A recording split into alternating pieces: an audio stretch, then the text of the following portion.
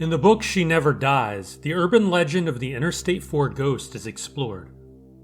Based on actual events, the book's antagonist is the I-4 ghost. But what's the truth behind the legend? Is the I-4 ghost actually real? Most highways have their share of accidents. Most have stories. But there's a stretch of road in central Florida that locals whisper about. A place they call the I-4 Dead Zone. Every day, thousands of drivers speed across this quarter-mile strip without realizing what lies beneath them. A forgotten graveyard, the ruins of a failed colony, and the spirits of settlers who died terrified and unprepared. Some say the dead rest peacefully, but here, they've never rested at all. Long before the highway existed, the area around Lake Monroe was wild. Nothing but scrubs, swamps, and a river ferry pulled by hand. In the late 1800s, Florida land baron Henry Sanford saw potential. He carved up the shoreline into parcels for farmers and new arrivals from Europe. Among the buyers was a small band of German Catholic immigrants. Led by Father Felix Swinburg, they founded St. Joseph's Colony, a hopeful settlement built on 10-acre slices of wilderness. It never stood a chance. Only 4 families ever made it there. The crops struggled, the land was unforgiving, and then something far worse arrived in 1887. A yellow fever outbreak swept through the colony. 4 members of a single family died within days. Fear spread faster than the disease itself. No one wanted to touch the bodies. No one wanted to be near them.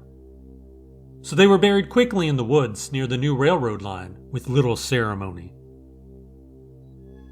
Father Swinburg was called back to bless the graves, but fate never let him finish the job. He traveled to Tampa and died of the same fever just 3 days later. With his death, the exact location of the graves disappeared from living memory, and so did the last chance those settlers had to receive their rights. Some say their souls never forgave the world for that. Locals eventually forgot the colony's name, but not the rumors. The land became known as the Field of the Dead, a place where bad luck grew like weeds. Farmers who tried to clear the brush reported terrible misfortune. One family's house burned to the ground the very week they removed old grave markers from the property. A child digging in the dirt near the site was struck and killed by a passing car only days later. Coincidence, maybe? But the stories only grew darker with time.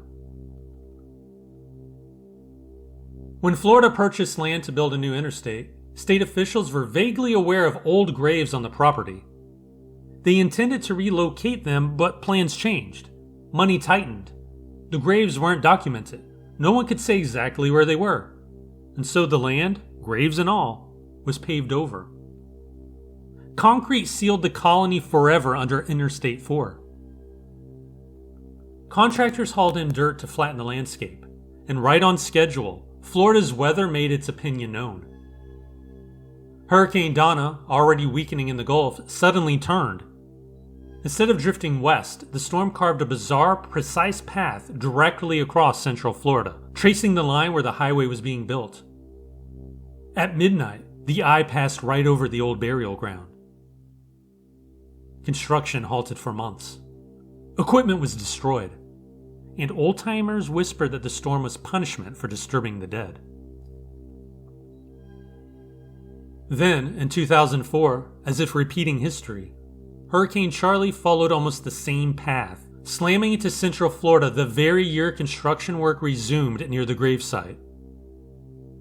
People joked about the curse of the dead zone, but others did not laugh.